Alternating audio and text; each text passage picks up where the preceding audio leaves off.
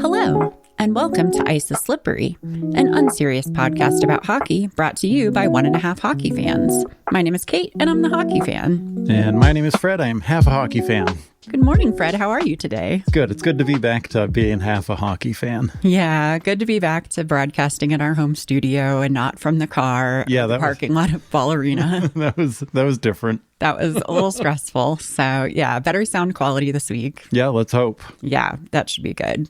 And yeah, we had my family in town last week. It was super fun, but we are introverts, and it is good to be in our nice, quiet space. Yeah, no, it's great. I don't think we ended up seeing like all the hockey last week because of that. Yeah, we saw less hockey than usual. Yep. So, well, you definitely saw less hockey than usual. I still pretty much had it on in the background. Oh, yeah. Because I'm terrible. Yeah. I'm not a very good hostess. I'm like, listen, this is a hockey house. If you're going to come stay here, you're going to watch hockey. Yeah. No, I guess I did see some things that were kind of outside of our norm. Yeah, but not as much. You'll have to remind me because I have no idea. Yeah, the days have kind of blurred together at this point, but that's okay. That's why you've got me, the whole hockey fan, here to explain things to you, the half a hockey fan. Yeah, and all my days blur together regardless of hockey. It's true. Like when, if anyone's listening to this, they hear me sound surprised about something that I watched like 3 days ago. It's literal surprise because I forget. It's true. He is constantly surprised by everything. Yeah. I'm like, oh, yeah, that's a thing that happened 2 days ago. I'm like, we watched that together. We talked about it extensively at the time. It doesn't apply just to hockey. It applies to my entire life. I'm still pretty convinced that girl I showed you on Instagram yesterday is somebody you've watched before. I've never heard of her or seen her. Nope. I'm 99% sure she's somebody you used to watch and you introduced me to, but we'll get into that off the podcast. So, hockey. I thought I'd start off with some PWHL and expansion news. So, yesterday, the New York Sirens forward Abby Rock became the first player in PWHL history to score a Michigan goal. Yeah, that was awesome. It was. And she's actually from Michigan, so that's kind of neat. She scored her home state's goal. It's great. I wonder what a Florida goal would look like. Real scrappy. Real greasy. Methy. So the PWHL has also been in the news this week because David Pagnotta reported that the league has made significant progress towards adding 2 expansion teams. And so there should be an announcement about that coming in the coming weeks. That's cool.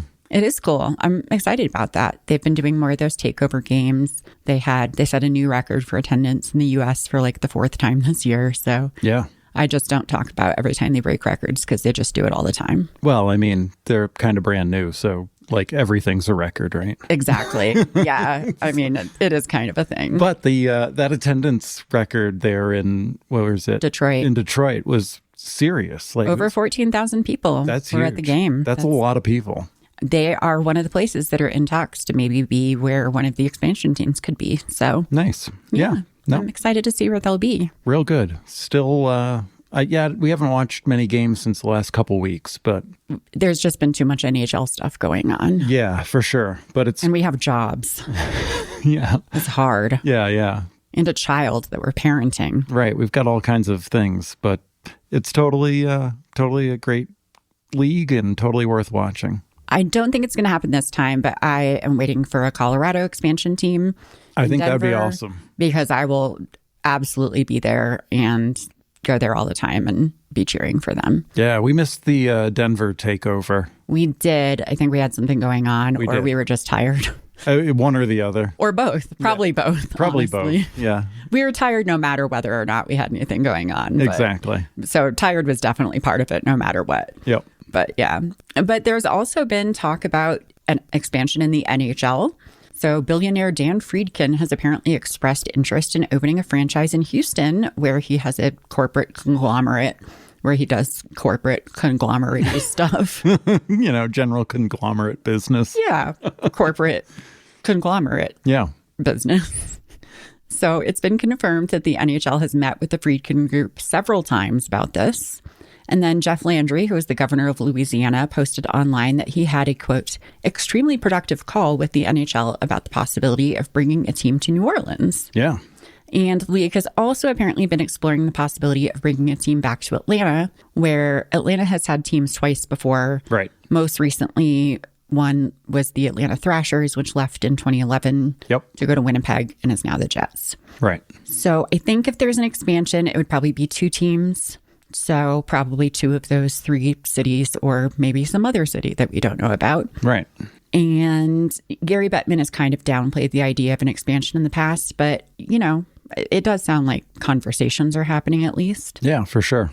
I think obviously the league would stagger the introduction like they did with Vegas and Kraken. They didn't do that right at the same time. There was, they didn't? I think a few years between them. Okay. So what are your thoughts on expansion? I know we're pretty excited about it for the PWHL, but what are we thinking about it for the NHL? I think that's probably okay. I wonder if that would change the schedule, maybe limit the number of games down more. I wonder, yeah, it might be nice to cut back the number of games a little bit. I think the players are very tired. I think right now is a tough time to be a hockey player, like this run up to the playoffs. People look sleepy. They look exhausted. Yeah, it's true. So I think Houston, I don't care about, whatever. I think you mentioned that you thought that would be good at one point. Tyler Sagan and I agree that Houston would be a great place for a franchise. He and I have not talked directly about it. But I read a great article with Robert Tiffin, who's fantastic. You should subscribe to him on Substack if you don't already. But he had a great interview with Tyler Sagan.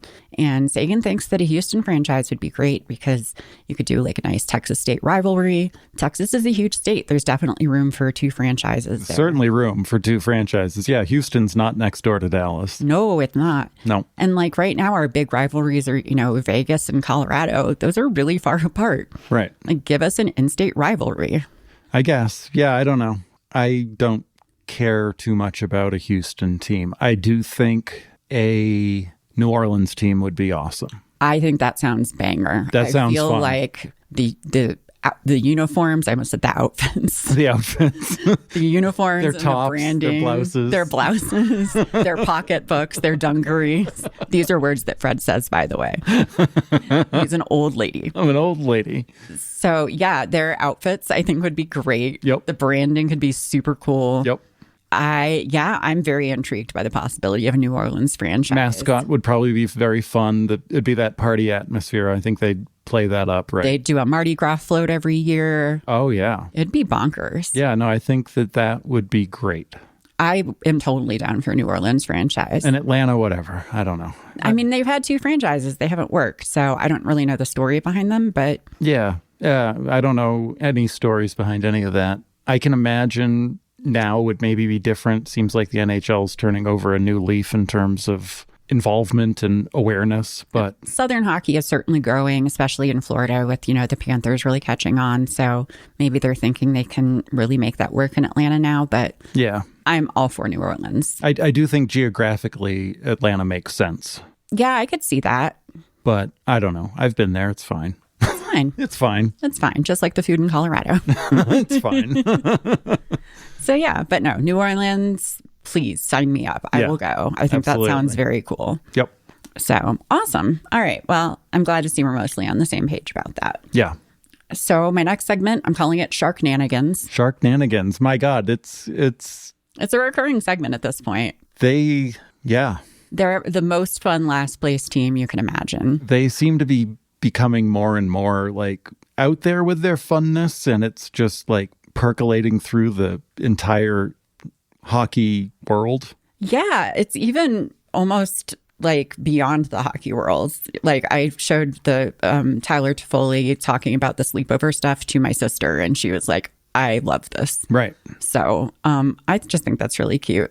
First, I did stay up late last night to watch the Sharks play the Bruins. Yeah, I saw some of the first period. Yeah. Yeah, well, it doesn't matter what I was going to do. I watched a movie instead. You did. It's true. But so they won 3-1, and it was the first time they've beat the Bruins since March 15th, 2016. that was when we were watching the pregame. That was the storyline. They're like, "Oh boy, we're going to play the Bruins. We're going to lose."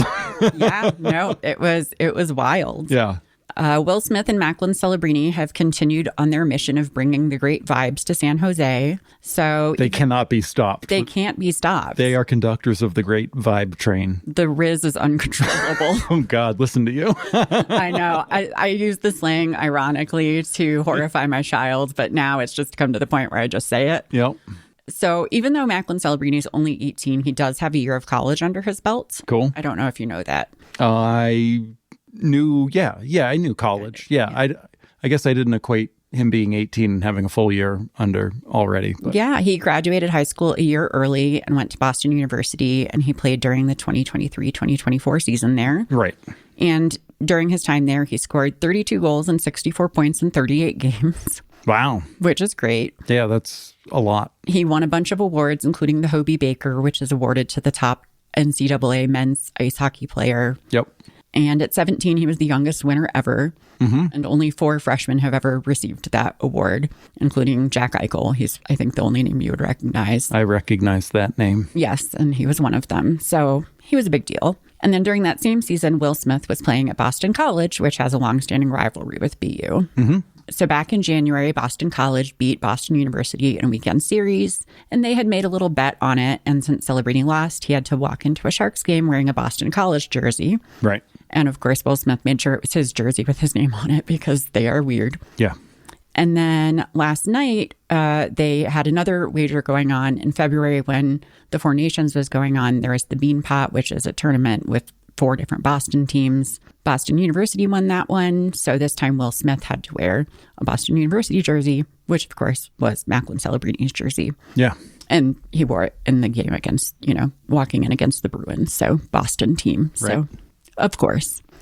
And then the two of them this week also caused some mascot trouble. Will kicked a soccer ball into Sharky's face, leading Sharky to post things online like, "Attention, suspects reported to have baby face and can't sleep without milk and cookies." Mm-hmm. So this team has lore, and they're like really leaning into it online. Yeah. It seems like they've ramped up their leaning into. Yeah, they just know what the fans are responding to, and the social media is running with it. And I think that's great. That's a great sign. It is. And it's like the mascot posting this on their account. It's like not necessarily the team account, but the mascot account. It took me a while to find the video to show you because. Yeah. It's totally worth tracking down. It's super funny. It's so funny. You can tell none of them thought it was going to be like that hard, including the mascot. Like when the mascot was like hunched over, you could tell that whoever's inside was just laughing. Yeah. Yeah. Yeah. No, it was definitely not supposed to be that hard. And, Will and Macklin's immediate instinct was to run away, and then they wanted to watch it because they were like, oh my God, that was so hard. So it was great. And Sharky's been posting things online, like a chalk outline of his body on the ground. It's awesome. It's so stupid, and I really enjoy it. That's what we want from hockey. Yes, please be stupid and have fun. Yeah. Like, that's what we enjoy. Exactly. Like, you would never guess this is the last place team because the vibes are so great. Right. They're having so much fun. Yeah. They actually this week were the first team to be mathematically eliminated from playoff contention. Mm-hmm. You wouldn't know it because they're having a great time. Exactly. Yeah. And it's okay. You can have a good time and still be bad. Yeah. Apparently. Well, obviously. Yeah. It's okay. Like, you don't have to be really sour about it. Look at the Blackhawks. They also got eliminated from playoff contention this week, and they look miserable. Yeah. I mean, the vibes are not okay over there. Connor Bedard, I don't think he's okay. No, somebody needs to check on him or get him to a better team. I don't know that he's as fun as Will and... I've seen some clips of him on Tumblr and stuff, and it looks like he used to be more fun. Yeah, when he was younger. And we saw some recent interviews with him a couple months ago where he was being real snarky and kind of shady. Yeah, he's just not bubbly, but he's fun and funny. He just has a real snarky kind of deadpan thing going on. But yeah, get that dude a friend or send him somewhere with better vibes because I'm very concerned about him. Yeah, I think he could use a change of scenery.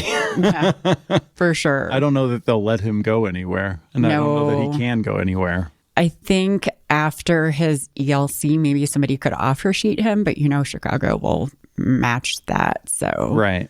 I don't know. It sounds like a mess. I don't like it. Well, yeah. Well, I guess we'll see.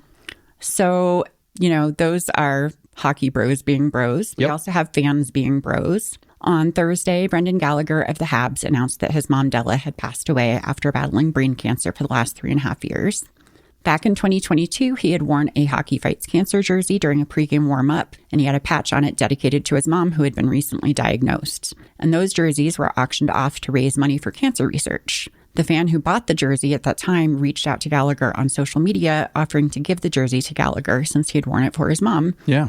And he was very appreciative and accepted and has invited the fan Lucy to do a jersey swap on the ice with him at the Habs home closer in April. So cool. So nice. Again, Love that. Love this about hockey. Like the connection, the camaraderie, the community. Yeah. It's not all good, but there's so much good stuff in there. Like, it's not all good. it's really not all good. I'm not like in willful denial about it or anything. Like, look how bright and shiny hockey is. No, like I'm not in denial, but there are some very sweet and kind moments in there. And Yeah. I really like that. That's what drives it for us. Yeah, no, there are just moments like that where it's just really sweet. Yep. So it's not just about the sports, but the sports are cool too. So on ice news, yesterday the Blues played Chicago and scored an absolutely bonkers tic-tac-toe goal. Tic-tac-toe. So it started when Jordan Kyrou kind of scooped the puck off the ice and then batted it to Dylan Holloway, who batted it back to Kyrou, who batted it to Rob Thomas, who batted it in the net. So the goal and both assists were all batted in the air and never touched the ice. Yeah. I don't even know if I'd call that a that's more like a hacky sack goal or like some kind of like just skill challenge. It's wild to watch. I mean, they call the Michigan goal a lacrosse goal too, but that was pretty lacrosse-y. Yeah. In the air. Yeah, It was- exactly. I've never seen a goal like that before. Very field hockey. I don't know if you've ever seen field hockey players. I have, and it was very similar to that. It Yeah. was crazy. Yeah. A lot of people were talking about it yesterday, and there were people who were like, I've been watching hockey 20 years and I've never seen anything like that. Nope. That's pretty amazing. Definitely a candidate for goal of the year, which is there really like a goal of the year thing, or is that just something people say? I don't know if there's like an official one, but definitely like people talk about Save of the year and goal of the year. Yeah. I don't know if there's like an official thing from like the NHL or anything, but That'd be funny. Yeah. that would be. Make an award. Yeah, there should be for sure. Some sort of trophy. Yeah, that's the award show we want to watch. Right. Points. Forget about who's the best player, who's the most gentlemanly. Yeah. We want to see the goals. Yeah. And then maybe some like some Razzies as well for like like best goal by a goalie, and it's the dude making his own. Charlie Lindgren shooting it in the net. Yeah. I don't know. The Buffalo Sabres own goal from this week might be there as an own goal that's a non-goalie goal. Right. So, oh boy. Yeah, no, that Razzie goals too. Just, the stay in your net goal. Yeah. Oh boy. And I'd like to give an honorable mention to Austin Matthews with the goalie stick. Yeah. Because I can't get that image out of my head. Yeah, just a stupidest looking moment. I love that. You just want like stupidest Austin Matthews moment. I mean, yeah, I've realized we watched some Toronto games throughout this week. The vibes on his face are just a riot. Like, I don't get him. Like, he seems miserable, but also maybe not. And he's just a funny guy. He's inscrutable. Yeah, is that the word? I think so. If you can't scrutinize him, he's inscrutable. Oh, okay. There you go. Wow, I learned a definition. Yeah, I'm good with words. So we've also been catching the hurricanes a lot lately, or I have been whenever I can, which means sometimes you're exposed to them. Yep. Mostly, I just want to catch a glimpse of my sweet Logan Stankoven. Yeah. And he's been looking good from what I see online. Canes fans are thrilled with him, which makes me happy. Good. They should be. You and I saw a video with him and Seth Jarvis coaching some kids, and he looked really happy and relaxed, which was nice. That did look like a lot of fun. It's hard to be stressed out, I think, when you're near Jarvis. Yeah, probably. Like, yeah, if I'm ever getting stressed out, I should just think of him and see what happens to like my blood pressure. Yeah, I think that would probably calm down, actually. Yeah. Your doctors are going to be like, your blood pressure's so good. What's your secret? And you're going to be like, Seth Jarvis. Seth Jarvis. He's a funny man. Logan he scored a goal in his first game. Yeah. He unfortunately has not scored a goal since then. He technically did in Philly, but then it got called back for being offside. Yeah. Which wasn't his fault. He wasn't the one who was offside. Fair enough. I wasn't accusing him of being offside. I didn't say you were. I'm just like getting it out there. Your tone. I just sound naturally accusatory. I'm just like cranky presenting. Yeah. He has had an assist, though. But the person who's really been making a splash is somebody else who was acquired the same day on trade deadline day, which was Mark Jankowski. Yeah. So he's 30. He's been bounced around to a bunch of different teams. He's played for Nashville, Buffalo, Pittsburgh, and Calgary before landing in Carolina. And I like to think I'm pretty knowledgeable about hockey players. Like, you know me, we'll talk about games. I'm like, oh, that's so-and-so, and he did this in college. And you're like, how do you know that? And I'm like, I have no idea. Yeah, no, your knowledge of random shit is extensive. Like, there'll be just this random dude, and you'll be like, oh, yeah, no, he's 26. He used to be married to so-and-so. He's a Capricorn. I'm like, what? Okay, that's a lie. I don't know anybody's astrological sign. But the rest of it, yes. Well, guess what? I do. Duchesne's a Capricorn. Now you know somebody's sign. Okay, I don't know what it means, though. What does that mean? I don't know. It's fine. All right. So anyway, Jankowski was not on my radar at all. Like, I don't even remember hearing his name before. Right. I looked him up a little bit. So before being traded to Carolina, he had played in 395 NHL games. And during that whole stretch, he had scored 60 goals. Mm-hmm. He has now played 6 games with Carolina. And in that time, he has scored 5 goals. Wow. So I think he's fitting in pretty well to the Canes system. He seems to be thriving. In fact, his first 4 goals were on his first 4 shots as a Hurricane. He was just so jazzed to be on that team. Yeah, no, good for him. Yeah. So, yeah, I had no idea who he was before. And now I'm just like, I'm so happy for you, dude, that I didn't know who you were. Yeah. So I just love to see a person thrive and succeed. Exactly. Doesn't matter if I know them or not. I'm just like, good for you. Absolutely. That's all we want for people. It's all we want for people. And speaking of thriving, succeeding, Alexander Ovechkin scored another goal this week. He did. We saw that. We did. Yeah. We'll talk about that a little bit later when we get into covering our teams. Yep. So this was his 888th career goal. Yep. So he's only 7 goals away from breaking Gretzky's record. And for a lot of his career, he played on a line with Nicholas Backstrom, and the two of them have a really close friendship. You're not really familiar with him because he's technically still on the Capitals, but he's been on LTIR since 2023. Gotcha. I've heard the name. Yeah. He had hip resurfacing surgery in 2022. Resurfacing? Yeah. Yikes. That sounds Yeah, they got to nasty. basically polish the bone. Oh, that's Very few people come back after that surgery. I think Patrick Kane is the only person to have come back after that surgery. That's wild. I was going to say, I've seen like way back in the day a hip replacement surgery because that's what we used to watch growing up in the 90s. And man, that small town, not much to do. That shit is medieval. Yeah, no, it's not great. I mean, I'm sure it's a little more refined now, but there's still some real gritty things going on when you're working on a hip. Yeah. Well, they played together for pretty much most of Ovi's career, a lot of the time on the same line, and Backstrom has said that as Ovi gets closer to breaking the record, he plans to start traveling with the team. So he's in the building when the record gets broken, nice. Which is nice. Yeah. They have a really interesting relationship because Nicky is, I think, Swedish and he's pretty taciturn, as people are. And a reporter asked him what was his biggest takeaway from centering Ovi over the years. And his reply was probably explaining to him that he wasn't always open. That's funny. I think you'd get a kick out of him. Yeah. So that's pretty great. You're not open, sir. He's like, but I'm standing right here. Yeah. In the place I always stand. I know. I can just imagine the conversation. He's like, why didn't you pass to me? Well, you were not open. He's like, but I was here. But there were 5 people around you. But I think you still could have passed to me. Yeah. Yep. Makes sense. Yeah. They like have a commercial that they did together for like insurance or something where it's like the two of them and then like Ovi's wife. Oh, man. I've seen some of the Ovi commercials and yeah. Oh, boy. Anyway. No, it's a pretty funny one that's just basically like he got insurance like for his wife, but also like insurance to go to Nicky if anything happens to him because they're also life partners or something like that. Okay. If you hear squeaky noises in the background, that's our cat itching her ear, by the way. Yeah, she's loud. She's very loud. So speaking of people who may or may not be LTI retired, Gabe Landeskog would like us all to know that the rumors of his demise have been greatly exaggerated. He was skating with the Avs earlier this week and looking good and was planning to join them on their road trip to continue skating with them, which is totally fine. And I'm totally not worried about it because what with the Stars and the Avs looking like they'll be facing off in the first round, that's cool and it's great. And I'm happy for them. Yeah. Congratulations. It sounds like you're totally fine with it.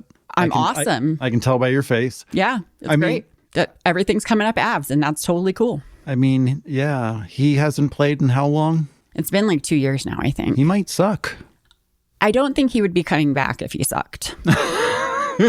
I'm not sure he is coming back. Right. But if he's to the point where he's practicing and traveling with the team, yeah, and people are saying he looks good, right, that's kind of a yikes. That is kind of a yikes. They seem they seem to have gotten rid of some of the dead weight by getting rid of Rantanen and picking up Natchez.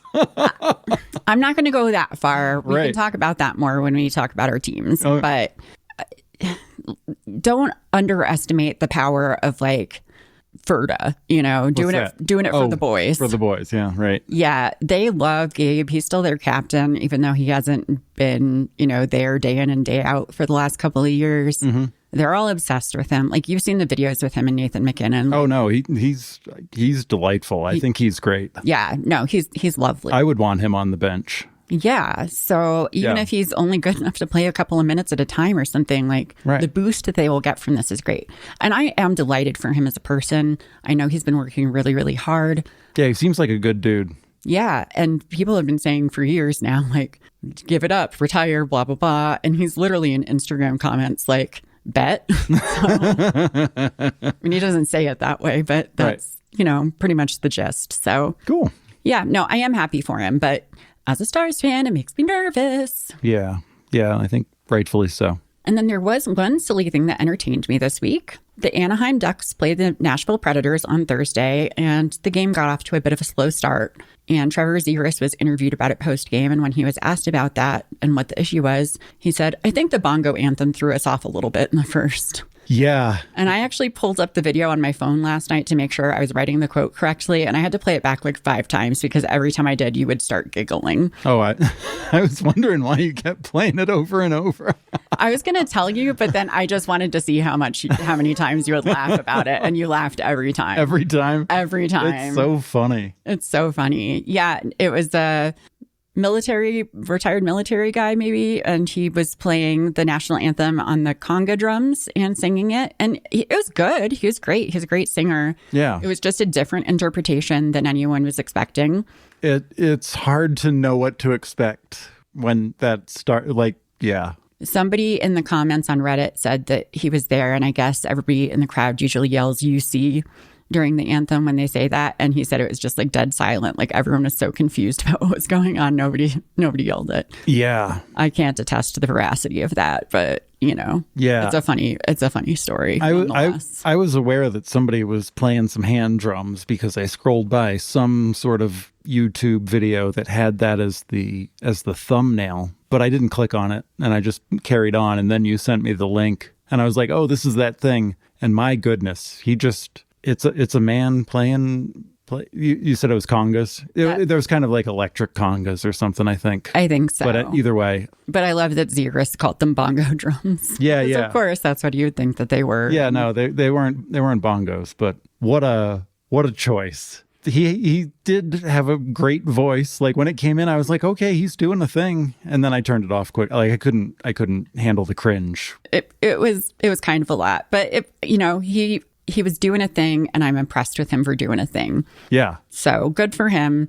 I was impressed with Trevor Zegras too, because he almost kept a straight face for the whole thing, and then he just broke a little bit at the end. It's pretty silly. It's pretty fun. I would hope that makes the Weird NHL the next release. I hope so too.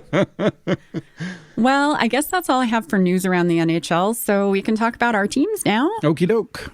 So I'm kind of doing a little differently. We're mixing it up. We're going to talk about Flyers and Stars all at the same time this week. Wow. Yeah.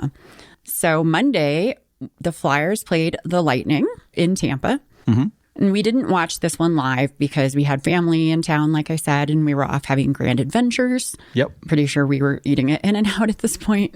Oh, probably. Yep. After going to Meow Wolf and exhausting ourselves. Yeah. I was checking the score in the car, and I was honestly pleasantly surprised that the game remained scoreless until almost the end of the first. Right. I did watch the highlights today, and at the end of the first, Kucherov got on the board with a minute and a half left in the period.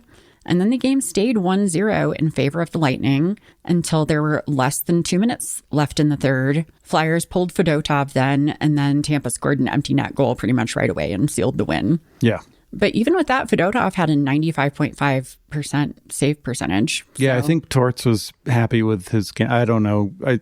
It's all a blur to me. But at one point during the last week, Torts was very complimentary of Fedotov. Yeah, he was. So that was good. That was good. Yeah, good for him. So that was great. Yep. On Tuesday, the Ducks came and played the Stars in Dallas. We were also out peopling on Tuesday, but we did make it home in time for that game. It was our third time facing the Ducks this season, and we had lost the first 2 times we played them this season. So I really didn't want it to be a sweep because that's just not a good look. No, it's not a good look when you can't beat the Ducks three times in one 3 season. Yeah.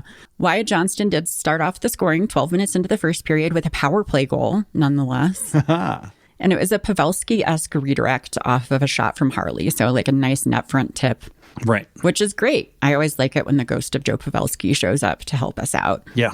The Ducks did tie it up early in the second, but then Mikhail Granlund got us back in the lead. He got a pass from Matt Duchene and it kind of went off his skate. Then he immediately just grabbed it and settled it down and immediately shot it in the net, like all within milliseconds. And it was really nice looking. Very impressive.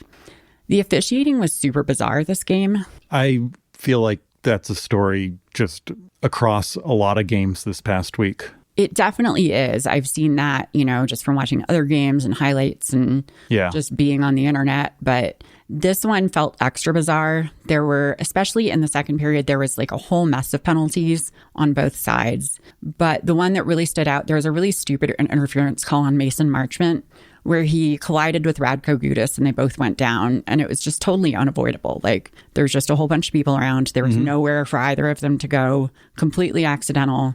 And it was just like pretty, everyone's like, really? That's interference? Okay, I guess. Right. So, that was the point where Razor speculated that maybe the league had issued the refs new whistles this game and they were breaking them in. No, that is true. I remember him saying that. It's like they got new whistles out there. Yeah. And they're just excited to blow them. No, it was crazy because there were already, I think, 2 Ducks players and 1 Stars player in the box at that point or something. Mm-hmm. It was nuts. So the final result was that at the end of all of that, the Ducks were up 5-on-3 for 32 seconds. Yeah. And so naturally they would score. Yeah. But wait a second, here comes the whistle again, because the refs have main character syndrome. So it seems like a ref or a linesman blew the whistle because it looked like he lost sight of the puck for a second. Mm-hmm. But then pretty much within a millisecond of him blowing the whistle, the puck crossed the goal line because Jake never had control of it. Right. Like, I'm a Stars fan. It was a good goal. That was a good goal. It was a good goal. No, straight up. So the refs went and conferred, and then they said, okay, it's no goal, but it was because of goaltender interference. And we're like, really? Like, there's no Duck anywhere near Jake. Right. There was like one Duck stick that was kind of vaguely near Jake. Mm-hmm. So it's pretty clear they just called it as goaltender interference so that the Ducks would have a reason to challenge it. Right. And not like, oh, I totally fucked up and lost sight of the puck and blew the whistle way too early. Yeah, just covering their asses. They're like, goaltender interference. Nobody knows. Yeah, exactly. So the Ducks rightfully challenged the call and it was overturned. And so then the Ducks tied up the game. Yeah, a lot of hoopla over something that was clearly a goal. Yeah, I mean, I don't think there was a single Stars fan that I saw online who was like, nope, that wasn't a goal. Like, Razor was trying to sell it as not a goal for a hot minute. And I was like, Razor, shut up, man. He was like trying to justify like, well, I guess if you could see from that angle that maybe. And we're like, don't cut the refs any slack here. That was stupid. Yeah, no, man, that was a goal. Just straight up goal. Josh was pointedly silent. Josh was like, I'm not going to bail these dudes out. No. Like, they fucked up. Yep. So, yeah, that was just bizarre. So that tied up the game. And then with about a minute and a half left in the second, Oscar Beck slashed Leo Carlson. Mm-hmm. And, pretty innocuous slash, kind of near the net. Delayed penalty. Play goes on for about another 45 seconds. Josh is like, all right, looks like the Ducks are going to be back on the power play for like the 5th time after this. They finally blow the play dead because the Stars touched the puck. Then they put up on the clock. Ducks go on the power play. Then the ref goes, oh no, it's a penalty shot. Oh, right. This is that penalty shot. Oh, that was not a penalty shot. It was so confusing. Right. Like, a penalty shot is supposed to be when there's like a clear scoring opportunity. Yeah. And I've seen way more clear scoring opportunities not get declared penalty shots. Right. Yeah, no, exactly. Like I went to the Our Hockey game thread instead of just the Stars game thread for like a reality check to make sure that I wasn't crazy. Yep. And just totally looking through Homer goggles. And people were like, why is that a penalty shot? Yeah. But then it got even sort of more complicated because people were like, I have never seen a penalty shot on a delayed penalty before. Yeah. Because they kept playing for 45 seconds and then were like a penalty shot. So everyone was shocked. Yeah, no, it was just garbage. It was so stupid. So anyway, they let him take a penalty shot and he made it. So then the Ducks were up 3-2 at the end of the second period. Yeah. Which was wild. Someone needs to check that guy's BetMGM app. Yeah. I guess he's like a relatively new official. I've seen that guy before. I know I can see his face, and he just looks like he's learning the ropes. He really does. He looks like a deer in the headlights out there. Well, maybe he needs to read the rule books or something. I don't know.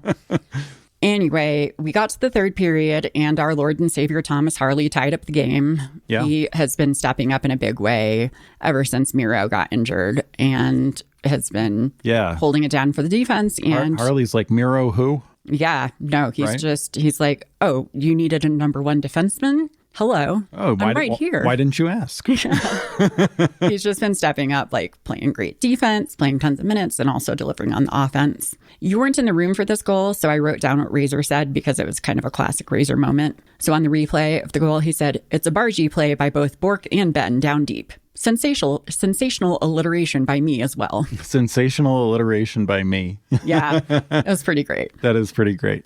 I do think it's funny. We saw at Harley post-game from one of these games they played, and they asked him about, did Four Nations, like, what did that do for you? Because you're obviously like a lot better all of a sudden. And he made the comment, like, the game's a lot slower, so it's easier. He's like, that Four Nations was real fast, and now I'm playing slow hockey, and I'm like, oh, wow, this is slow hockey. It's a good point, because when you're playing with all the best players, like, in the country or in the NHL, basically, then, of course, things are going to feel a lot slower after that. Yep. So, it makes sense to me. So that was the tying goal. And then nobody else scored before the end of the game. So we went to OT. And then Granlund scored his second goal of the game, which was the OT game winner.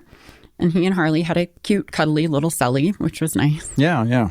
I did see a different angle of it, and it looks like Harley kind of clotheslined Granlund, and that might be why Harley was like laughing and like holding him up. Oh, yeah. He almost took Granlund out. So, but it was still very cute. Thursday, the Flyers played the Capitals in Washington, D.C., and this game was a bit of a slow starter with neither team getting many shots on net. But with 5 minutes left to go in the first, Alex Ovechkin opened the scoring, which this is the goal we saw. 888. 888. And he cleaned up some garbage in front of the net. The crowd went wild. Yeah. The cheers are so loud. And they have like a whole thing where they're like, the boards flash up and there's like a big counter. Yep. And like their Eagle mascot is up there with the counter. And yeah, I was wondering, does the Eagle like have to stay up there for the whole show? Or like, does Ovechkin score a goal and like the Eagle's like halfway across the stadium? He's like, oh shit, I got to go. And he starts running. Well, he can fly. He's an eagle. Oh, fair enough. I don't know, honestly. I imagine he just hangs out up there, though, for the majority of the game. Yeah. Maybe he comes out during intermission to do mascot things. Then the Caps scored again about 2 minutes into the second period, and then they got their third goal about 10 minutes later. So going into the third period, the Flyers were down 3-0. Yeah. But 5 minutes into the third period, Palin got one past Lindgren. The Caps did score again, but the Flyers challenged for a missed game stoppage, which is not one I've seen challenged. Oh, is that what it was for? Oh, it was. I guess I must have zoned out. Well, we only watched the beginning part of that game, and then we had to switch to a Stars game. So we weren't watching at that point. 100% zoned out. Yes. You were so zoned out, you were on a different channel altogether. Which, to be fair, you often are. Yeah, yeah. So, I guess there was a missed hand pass by a Caps player. And Gotcha. So that overturned the goal. And then the Flyers pulled their goalie. And with 2.5 minutes left, they thought that they scored, but it was determined to be a no goal. And then Philly just went ahead and challenged because why not? And then they decided it was actually a good goal because Lindgren had never covered the puck. So when they went to shove it home, it wasn't like a goaltender interference because it wasn't like covered by the pad. Gotcha. Yeah. So then the Flyers were only down 3-2, but despite their best efforts, they couldn't get another one on the board, and the Caps did win. Yep.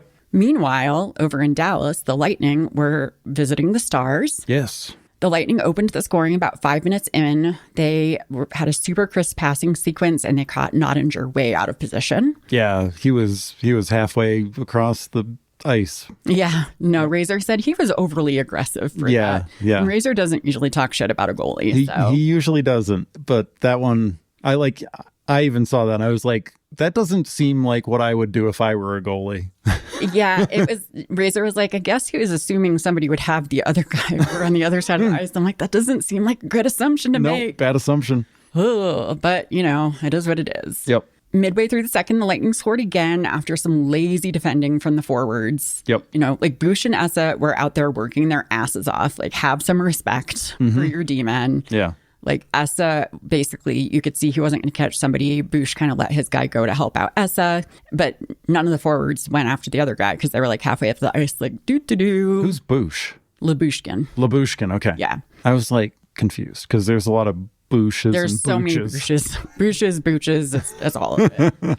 But 30 seconds after that goal, the fourth line worked together to get us on the board with a goal that was ultimately credited to Oscar Beck. And I want to take a minute to sing the praises of our fourth line. Yeah. They're kind of consistently our best line. They certainly are. Even though they kind of rotate a lot. They kind of are plug and play a little bit. Mm-hmm. This game, it was Blackwell, Beck, and Steele, which they're a great combination. Yeah. But they just are not afraid to get net front, get dirty, get into it. They play with just like a lot of grit, a lot of determination. They don't give up on it ever. Right. And they play really collaboratively. Like, nobody celebrates when they get a goal. They all kind of turn into the Spider-Man meme where they're all pointing at each other.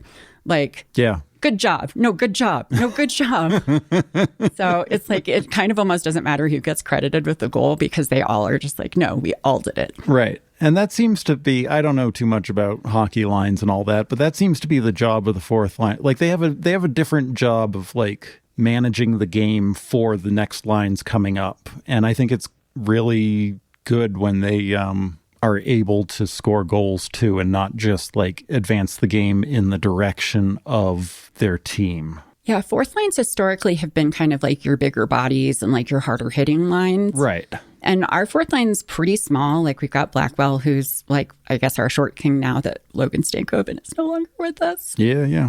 And yeah, I don't know. It's just, we have a good mix of grit and skill on our fourth line. Yeah, they're iron workers. They're blue collar. They're out there doing what they need to do. For sure. And they always deliver. They're always great. It doesn't matter who's there. Like Bork's down there a lot of the time, and he's definitely got the pedigree of somebody who could be a top line guy on another team. But when he's on the fourth line, he's not afraid to do a greasy goal. Yeah, no. So it's great. Need more fourth lines for the Stars. I really wish that mentality was across all of our lines because it is not in some cases. With 6 minutes left to go in the second, Jamie Benn almost had his 400th career goal, but at the last second, Mason Marchment ended up being the one to jam it home, which was a little unfortunate. Yeah, Mason Marchment over there like a vulture just swooping in and being like, tap, it's mine. I know. Like, obviously it wasn't intentional, but, he was just trying to make sure it went in the goal. I'm sure he wasn't thinking like, I'm going to steal this from Jamie. No, absolutely. And, at the end of the day, I don't know if that would have been the greatest 400th goal.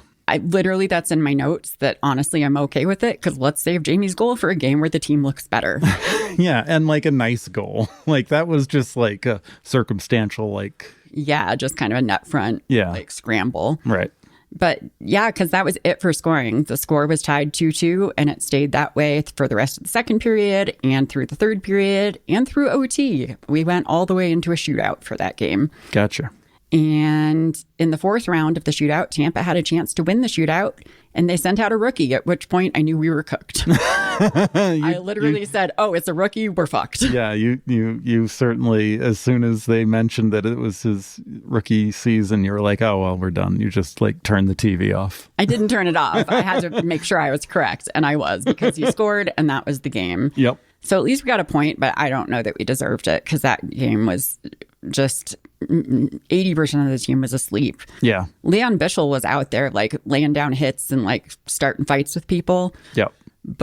And then the fourth line was being the fourth line. But other than that, it sucked. Like even Pete called out the guys at the press conference after the game, basically saying that no one showed up to the fourth line or to the game except the fourth line and Bischel. Right. Which was accurate. Is that the game where Robo like sat for like a good chunk of the third period? Yeah. They just sat Robo at the end of the game for a bit. Yeah. They just weren't looking good. Nope. So, you would think after a game like that where everyone looked really bad that maybe Pete would mix it up and change up the lines a little bit. But yesterday, the Stars and the Flyers played in Dallas, and Pete did not change up the lines because if it's not working, why fix it? That's the story of Pete. The Pete DeBoer motto. The Pete DeBoer story. The Pete DeBoer story. So, it is a rare treat when we don't have to choose between our teams. True. Yeah. We got both at once, which was awkward and weird at times. It was. It's hard because like the Stars are my number one team. The Flyers are my number two team.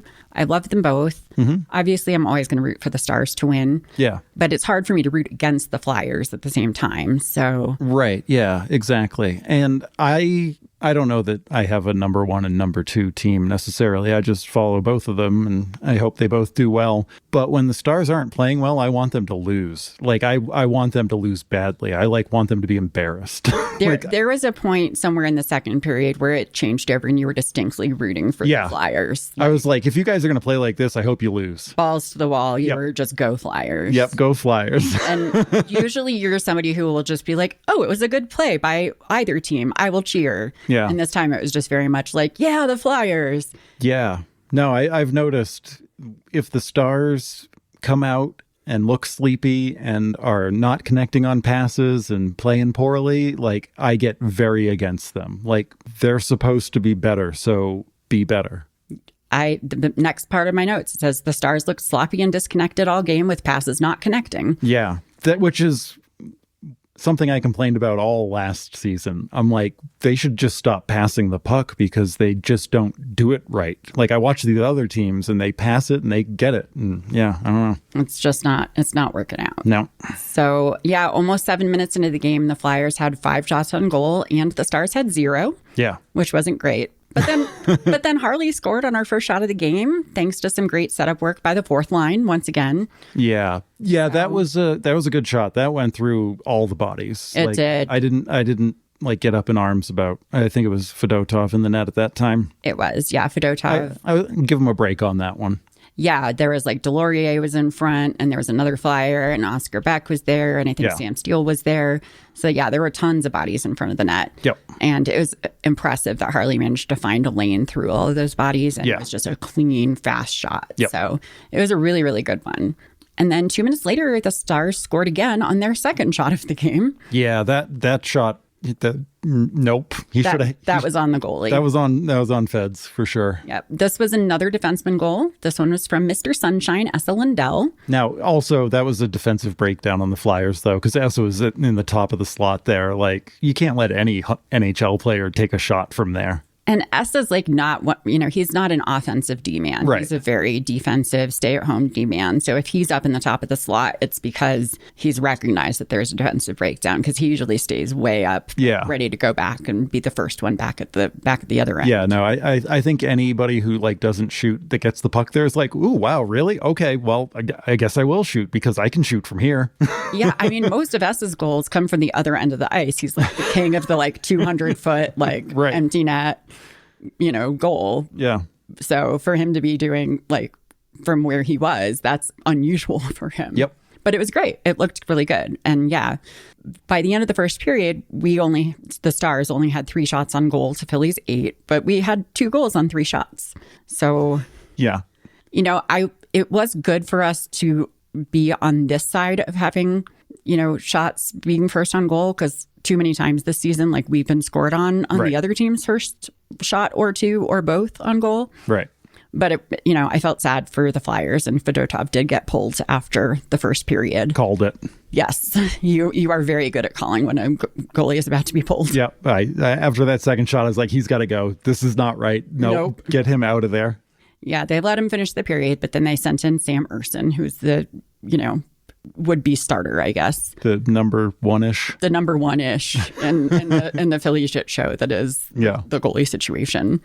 Which, not talking shit about the goalies, it's not their fault, really. It's just Philly's dealing with some things. They've got some circumstances working against them, and everyone knows it. Yeah, including the coach. Yeah. So I did say before the game that while I was rooting for the Stars, if anyone from the Flyers scored, I really hoped it would be Travis Konechny because he has been struggling. Yeah, struggle bus Konechny. Yes. He has not scored in 13 games, and he has only scored twice in the last 29 games. Yeah. Well, I mean, luckily he doesn't let it get to him, and you can't see him struggling and being upset with himself.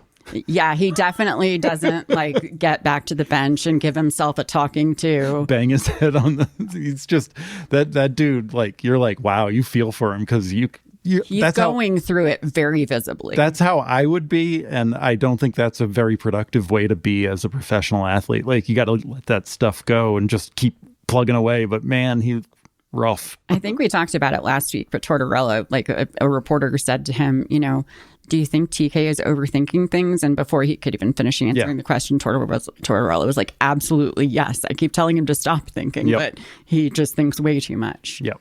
Well, I guess he stopped thinking because he scored a goal. It did hit the post, but it went in. It did hit the post. Because he's been hitting a lot of posts and it hasn't been going his way, but it went in and I was really happy for him. Yeah. He still didn't look super excited. No. He was like, all right, well, I'll take that one. Yeah. But let's do another one and then I'll see how I feel. Yeah. But he was kind of smiling later. He got sent to the penalty box not too long after that, I think. Mm-hmm. And he had kind of a manic smile in there. And then I started to get concerned because when he's looking all feral in the penalty box, it usually means trouble. Yeah. It's like taking a hot dog away from a raccoon or something. Exactly. Somebody on Tumblr did say during the game, well, if a Flyer had to score, I'm glad it was the raccoon man, which was delightful. Dallas did have some good chances, but Urson was making some awesome saves. There was one save that they actually had to look at again because it seems like it might have crossed the goal line. Oh, yeah. That was controversial, I think. It was. After review, they determined it was a no goal and it did not fully cross the goal line. Yep. As a Dallas fan, I hate to say it, but it was probably the right call. It probably was. They made a short of it with Jim and Booshes' call on it. And Boosh was like, no, it's not a goal. Yeah. And I don't know. Josh and Razor, I think, pretty much co-signed it too. Yeah. It was certainly close. I do feel like those pixels get pretty fuzzy around that red line, and it was and the red line is under the ice, and the ice is all chippy. It's not a sharp line. It's not a sharp line. But I think it was missed during the game, so it wasn't even called a no goal at the moment. The play just kept going. Yeah. So they just looked at it after the play stopped, but it wasn't clear enough that they felt like they could override the call or the no call in this situation. Right. Yeah. And I think that's where I come down on their side. You can't really overturn something unless there is a clear it wasn't view clear that proves it wrong. No. And it was very close, very, very borderline. And I can see the argument for it crossing the line, but I don't think it was definitive. No, it wasn't. The fans in Dallas lost their minds when they announced that it was no goal. Yeah. I mean, Razor even said that he didn't think the fans, maybe not all the fans understand that it has to be fully across the line. They just want a goal. Yeah. I mean, and I get it. You see something like that and it's so close and it's right in front of you. And of course you want it to be a goal. Yeah. Especially when you have been dealing with excessively shitty reffing, from the last game. Yeah. At least the reffing wasn't terrible this game. Yeah, no, it was fine. I'm surprised there's not more technology around those kind of things. I guess they did try to put chips in the puck, on the edge of the puck for stuff like that. Yeah. But the players were like, no, it's too different. They could feel the difference. They could feel the difference, yeah. So yeah, no, I do feel like there's some sports technology, with some sort of line there that is more, I don't know, but lasers. Yeah, I was going to say lasers, but then I didn't want to say lasers. I just said lasers because that's what I saw on Reddit. Yeah. No, it was.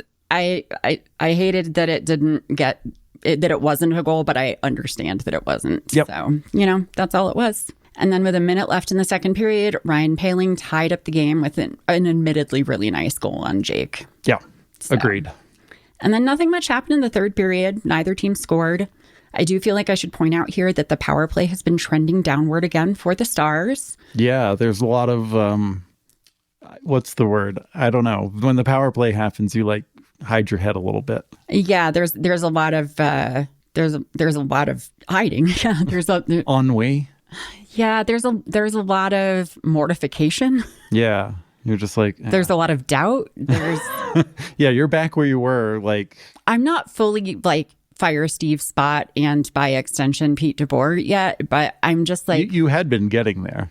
I did say, don't make me start talking about firing everybody again. Right. And I haven't gotten to that point yet because we are still scoring periodically on the power play, but it's not fixed. We've taken a huge backslide. It's not good. I mean, we're seeing things where it's like we just can't keep the possession. And I mean, people are getting shorthanded opportunities on us. Yep. We look better when we're shorthanded than we do on right. power You'd play. rather have 4-on-4 than 5-on-4. Yeah, no, Dumbo took a penalty the other day and I wasn't mad about it because we were on the power play and then we went to 4-on-4 and I was like, no, this is great. It's much better. I feel much calmer when we're on 4-on-4 than when we're on 5-on-4. Yeah. And that's bad. I shouldn't feel that way. It shouldn't be that way. That's not chill. That's the wrong feeling. That is a bad feeling. Yeah.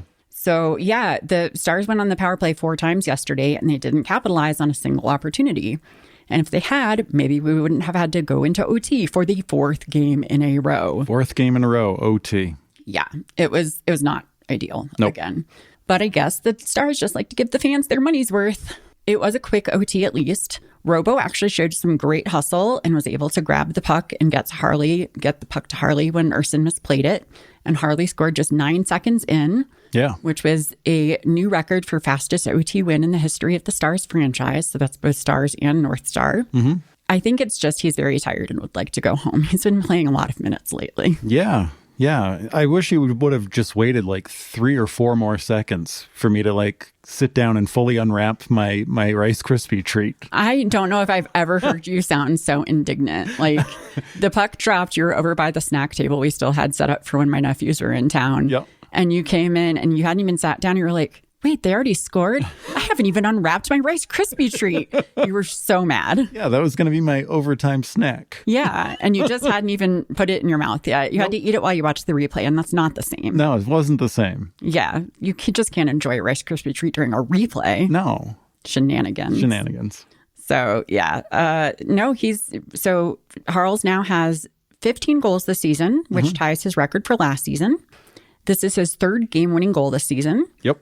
2 of them have been OT game winners, and the other was with 4.9 seconds to go in regulation. Yeah. He's clutch. He is a clutch player. He is a clutch player. He's great. I really like him. He's great. And then all of the goals were scored by D-men this game. True. So defense showing up. Where is the offense? Don't know. Where are the forwards? I would like to talk more about Mikko Rantanen, but I just don't know anything about him at this point. Oh, I'm not ready to talk shit though, because I don't think it's just on him. Like, I don't know. Where's Robo? Where's Robe? No, I Where's know. Jamie? Where's Wyatt? No, Wyatt's been okay. Wyatt's been okay. He did score. Yeah. Yeah, I don't know. I am out to lunch on Rantanen. What's the You're I'm now all I can think of is out to lunch. You're on the fence? I'm on the fence. I already I guess was coming in, but I'm like, I don't know. I guess he's great. I've never really paid attention to him, and he commands a huge price tag. But I do remember you saying, Colorado fans being like, yeah, he's great with our players, but on his own, we don't know about that. And I don't know. There seems to be, at least in my world, some truth to that so far. I have not been impressed with anything he's done. And I will say, I think his passes are too hard for the Stars. I think that he's used to passing it to Makar and McKinnon and those guys are just like on it. And he passes it to like, Rope or Robo, and they're like, whoa, that's a little hot. Yeah, I mean, the passing problem, it predates Rantanen. Like you said, that's been going on since last season. Yeah, he just seems to be contributing to it. Yeah, because I do think the passing was actually starting to look pretty good a couple of weeks. Yeah, when they were doing all those tic-tac-toe plays. Yeah, so they had kind of finally dialed it in, and now it's just like womp womp again. Womp womp. But Yeah, I'm not impressed with him, but I'm not impressed with him yet. But I'm withholding my judgment because I think it takes time for chemistry to develop. I think that Pete should maybe change things up again. Yep. Based on my highly qualified opinion as a hockey podcaster who has never played the sport versus Pete's experience as a player and coach. So, yeah, that's where I'm at. Yeah, the lines do seem...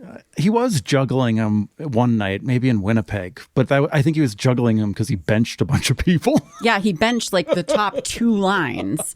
So he had to juggle. He had to juggle with the other 6 players he had for the last 7 minutes of the game. Yeah, he definitely doesn't do the Torts thing where he's like changing things up like every other shift if he has to. Yeah, there needs to be a happy medium. Like the two of them need to like average out and Tort settled down a little bit and Pete mix things up a little bit. Yeah, exactly. And we talked about this too, but I feel like we noticed that at the game, sitting directly behind his head, that he seems kind of a little passive, like he's just kind of standing there, and the team seems to be managing themselves a lot, which is fine, I guess. But it's fine when you're playing well. Like if you're just leaving them to their own devices and they're just like, okay, right, then maybe get a little more involved. I mean, we were sitting literally right behind him and I forgot he was there a lot of the time. That's the thing. Yeah. Like maybe he's making like, I don't know, micro adjustments and things, but yeah, he just seemed to be more passive than I would expect from a team that's not doing everything you want them to do. The most energy I saw from him was when he was drinking a bottle of water and when he was whispering to another coach. Yes. And those were not like very high energy things. No, those are not high energy things. They're pretty chill, actually. Yeah. So, yeah, I don't know about Rantanen. I honestly give him until next season to, have like a training camp and like get in the groove of things. But so far, not impressed. I will say it's very funny when he falls down. He falls down all the time. He falls down a lot. You told me this like prior to even seeing him, and man, that dude's he's falling down for no reason all the time. I had heard about it from the internet, how I hear about most things, and I was not even prepared for it. He makes Mason Marchment look like a very skilled skater. Yeah, Mason Marchment when he falls down, it's like a calamity. Right. When Rantanen falls down, it's kind of like a toddler, just like knows. A baby deer. Baby deer, yeah. It's like it's kind of a goofy looking, like, ooh, that's kind of silly. It's a little adorable. It is a little adorable. But also you're just like, oh, okay. Why'd you fall down? Why'd you do that? Did you bump your knee? Are you okay? Do you need a Band-Aid? It's just it's very cute. Like he gets right up right away and everything. He does, yeah, no. It's not a problem, but I don't know. He has better control over his limbs than Mason Marchment. For sure. So he doesn't look as like ungainly. Right. But yeah, we have 2 fall down boys now for sure. So, and every time someone falls down for no reason, I say, he fall down, go boom. I do know that. I hear that way more than I used to. Is that a cartoon thing? Probably. Yeah. Most of my references are from Looney Tunes and Merry Melodies. That's true. That's very true. Do we have time to do a game? We're probably do if you want to. Yeah, I do. We worked up a game, so we might as well do a game. We might as well. Yeah, it'll be shorter than the last time. Yeah, it will be. All right. Well, in an earlier episode this season, we talked about different Dallas Stars and what animals they would be. And I wanted to do another game, and I couldn't think of one. So we're doing that game again, but with different Dallas Stars players. Yeah. Yeah. So I sent you the list last night. You sure did. Like while you were still awake even. Yeah. So I would have had plenty of time to do this. If you had done it then. Well, I did it like an hour ago. Yeah. No, that's good because I reminded you. Yeah. Yeah. And that's good. That's great. I actually did mine last night. So yeah, let's talk about it. Let's talk about Colin Blackwell. All right. What animal do you think he would be? So I can't get over his beard. The beard definitely was... And his small stature. Yes. And so he's just a black bear for me.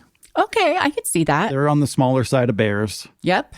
It doesn't really have anything to do with like their bareness. It mostly has to do with their fur. Yeah. And their kind of smallerness in the bear world. Compactness. Yeah. And, a black bear is like the bear you fight back against when they start attacking you. I wouldn't fight back against Colin Blackwell. Right. Yeah, I wouldn't fight back against a bear either, probably. Well, I just want to give it a hug. yeah. Really. I just feel like, you know what? I've had my time. Let's just have a little cuddle before you cut my throat. And that's fine. And that's okay. Yeah. I was considering the beard because he does have quite an impressive beard. Yeah. It's very like condensed. Like there's a lot of follicles to it. And it goes very high up the face. He's like very swarthy. It's like he shaved a black bear and glued it to his face. Pretty much. But I ended up going with a Jack Russell Terrier for him. Okay. So they were originally bred as working dogs. Yeah. So even though they're small dogs, they have big dog energy. Right. Yeah, for sure. And even though they're small, they don't have any concept of their size and they have this like really relentless drive. And that's really how he plays hockey. I'd agree. He's, you know, you said blue collar earlier and he's very that. He's a working dog. Yeah. He's just constantly after it. He's very determined. He doesn't back down even when he's faced with somebody bigger or stronger. And while they can be chaotic, they're also really loyal to their people. So like I saw a description online of a Jack Russell Terrier as small, scrappy, hardworking, high energy menace. And I think that really applies to Colin Blackwell too. Yeah, totally. That's Eddie from Frasier, right? Yes. Yeah. Yeah. But if you've ever like seen one in real life, No, I don't think I have. Oh, they're like way more high energy. Yeah, my only reference is Frasier. Yeah, my only thing holding me back is they're not usually good like family dogs because they can get aggressive with children. Okay. And I think he's like very paternal with the baby stars. Yeah. You know, he was one of the players to go back and hug Bishel when Bishel got knocked out of the game with a concussion. Yep. But yeah, so I don't know. That's what I went with. I like it. Awesome. So Maverick Bork is my next one. And I'm not the only person on the internet to notice that Maverick Bork has kitten energy. Kitten energy. Okay. Mm-hmm. Specifically for me, he has bedraggled kitten vibes. Like he always looks kind of small and disheveled and like he just took a nap in a hockey bag and crawled out. And now his hair's all sticking out everywhere. Yeah. Like he just always just kind of looks like a little rumpled or something. I like that. Yeah. And that video where Wyatt Johnston is just taking off his skates and Mav is kind of imperiously directing him around definitely has some bossy kitten energy. Bossy kitten. I don't know. He's like a bossy kitten to me. I like that. I like that a lot better than mine. Okay, well, what's yours? I went with Mountain Goat just because he's adaptable, hardworking, and he probably doesn't complain much. I could see that too, actually. Yeah. I feel like mountain goats, like, even when they like slip and fall down the mountain, they're like, all right, well, I just got to get back up and go up the mountain again. I think that that's really good too. So it's like we talked about earlier, you know, he could be a top 6 player somewhere else, but yeah, he's often on the bottom lines in Dallas and he doesn't complain about it. And yeah. And we have seen him on higher lines before too. Yeah, he gets bumped up sometimes. Adaptable. Plug and play. Yeah. Yeah, it's great. Matt Duchene. Oh, this is a struggle for me. Yeah. I had to dig deep for this one. How to capture Matt Duchene in an animal. Yeah, it was tough. What did you end up going with? So I went with Siamese cat. Okay, yeah. Let's hear it. So Siamese cats certainly think a lot of themselves. True. They can be like real nice and real lovey and stuff, but like they're a lot. Yes. They've got a lot going on. And I don't know. Have you been around a Siamese cat before? I had a cat growing up, Snowball, who was part Siamese. Okay. And she had all the Siamese personality traits. Yeah, they're like, not that you're into star signs, but like they're the Gemini of cats. Like, okay, well, I don't know much about star signs, but I do know about Geminis. Right. And if anything's going to make me believe in astrology, it's Geminis. Yeah. Everyone hates on astrology until you're like, what about Geminis? But it do be true, though. But yeah, no, I don't know. That's all I came up with. I had more reasons, but now they escape me. That's fair. So for me, I went with a thoroughbred racehorse. Okay. I feel like you're leaning into his ego too much. I feel like he's going to like that. I didn't want to go with that because I thought it would be too much of an ego boost. But the more I was reading about it, the more it made sense. So in horse racing, some horses will hang back during the race and then they'll explode with a final burst of speed. Those horses are called closers. Yeah. You could almost say that they turn on the jets. I mean, you got to be careful when Duchene turns on the jets. Yeah, it's like they're still fast all the time, but then they just find that extra gear when they turn on the jets. Yeah. And Duchene's kind of like that. He's pretty graceful. He's powerful. Yep. And sometimes he finds that extra gear to go into. Yeah. And then thoroughbreds have kind of like an energy that's like country, but fancy. Yes. Which I don't, like, you've seen it because I've showed you, but Matt Duchene has had some interesting sartorial choices lately with his walk-in outfits. He's had some decisions were made, and some of them look like he lost a bet. But I know he didn't. The one he wore recently that was like the sort of double-breasted jacket with the buttons, the navy blue one and the white pants, where the top comment on Instagram was just ahoy. Yeah. Big thoroughbred racehorse energy. No, I mean, very country club. I feel like Wyatt came in last season with like a captain outfit, and Matt Duchene, like, he was just missing like the carnival name tag for like Captain Duchene. Like he looked like he was getting ready to go to the islands. He looked like he bought that suit right after he saw Wyatt in it and was just waiting long enough until it didn't look like he was copying. He's like, Wyatt, that suit is fire. Yeah, but he did the white pants to like make it a little different. Yeah, no, it was a choice. I don't know. It was. I'm going to skip ahead and actually do Sam Steele next. Okay. So what are we thinking for Sam Steele? Man, Sam Steele's super hard for me. I know you don't necessarily know him as well. Yeah, I guess I don't know too much about his personality, or, you know, he seems kind of mostly like a generic player. I do know some of his backstory, right? He was like a big deal, or supposed to be a bigger deal than he is, I guess. Yeah, he was drafted by the Ducks, and as we all know, the Ducks like to tank people's development. Right. Trevor Zegras and Jamie Drysdale. Yeah. So I just went with a dog, and you might say, what kind of dog? And I'm like, a dog, like, you know, where you're like, oh, people say, oh, what kind of dog is that? And you're like, it's a dog. I just found him. It's just a dog. I just went to the shelter and I got him. Right. It's like last time you said why it was a house cat, but just like not like a specific breed, just like a specific house cat. Yeah, just a real specific house cat. That's the way I feel about Sam Steele, because I don't have much more to go on. Yeah, he's just I looked up animals with mustaches. And he could be like a miniature schnauzer, maybe. Yeah, yeah, exactly. There's a couple, but none of them had kind of that kind of generic trait. You know, they were all very specific, you know, like mustached animals. This game might be harder for you because you don't go on ADHD research spirals about like animal characteristics too. So. No, I don't go too deep into things, and then I just don't know the characteristics of Sam Steele other than like generic hockey player who's pretty good. There you go. Well, I went with a peregrine falcon for him. Wow, look at you. Yeah, well, they're the fastest birds in the world. Okay. Which he can be surprisingly speedy. Okay. You know, for a fourth line guy, he's very skilled and can be very fast. You know, we've seen him score some goals this season where you're like, holy shit, how is he already at the other end of the ice? Like, how did that happen? Yep. Falcons hunt from the sky, and Sam is kind of always surveying the ice and like picking out plays and making them happen. Like he's very precise with it. Falcons are precise actually, and they're pretty calm, but they can be aggressive when they need to be. Yep.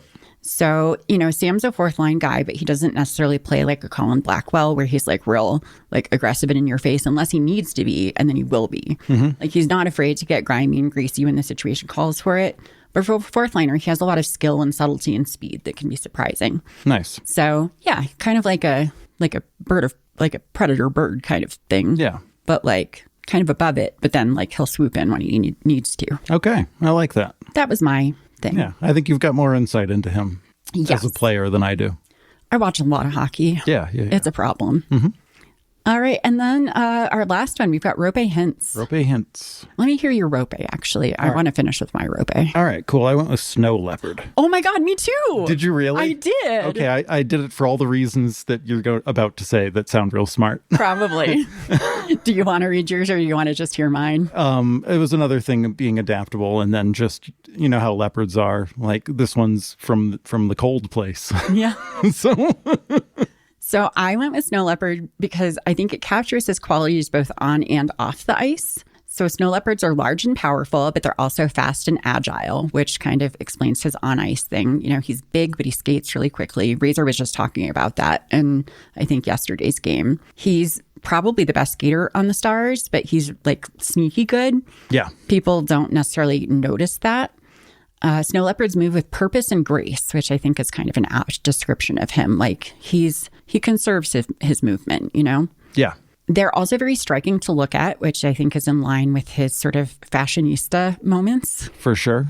And finally, they're mysterious and elusive. It's very difficult to spot a snow leopard in the wild because they're shy and solitary creatures that prefer to avoid human contact. I think snow leopards might just be spiritually finished. I think maybe. Yeah. And these are all the reasons I thought of too. Yeah. I just word better than you. Exactly. I'm a professional. I will say that too, that I would like to stand behind my assertion from last time we did this, that Leon Bischel is a melanistic jaguar. But I was watching a video recently of adolescent goats working on their headbutting skills. And immediately the only thing I could think of was, well, that's Bish. Yeah. Just practicing his headbutting. Yeah. His hits are fun. They're very fun. Yep. He is on pace to be a great hitter. He's got like 84 hits in 20 games or something like that. He's on pace to get picked up by another team that offers a shit ton of money, I think. Somebody probably will, but I will be very sad. Yeah, he's certainly making a name for himself, I think, amongst the people that like look at like, who might he be good somewhere else? Whenever we play national games, like even the national broadcasters are like, he's a big boy and he likes to hit people. And yeah. He's very young and he's very large. Yeah. Like that's all people want to talk about. And I understand it because that's all I want to talk about too. Well, that's the end of regulation for this week's episode of Ice is Slippery. You can find us on Tumblr, Blue Sky, TikTok, and Instagram at iceisslipperypod. You can also email us at iceisslipperypod@gmail.com, where we'd love to get suggestions for games and hear your hockey hot takes. Until next week, stay out of the penalty box.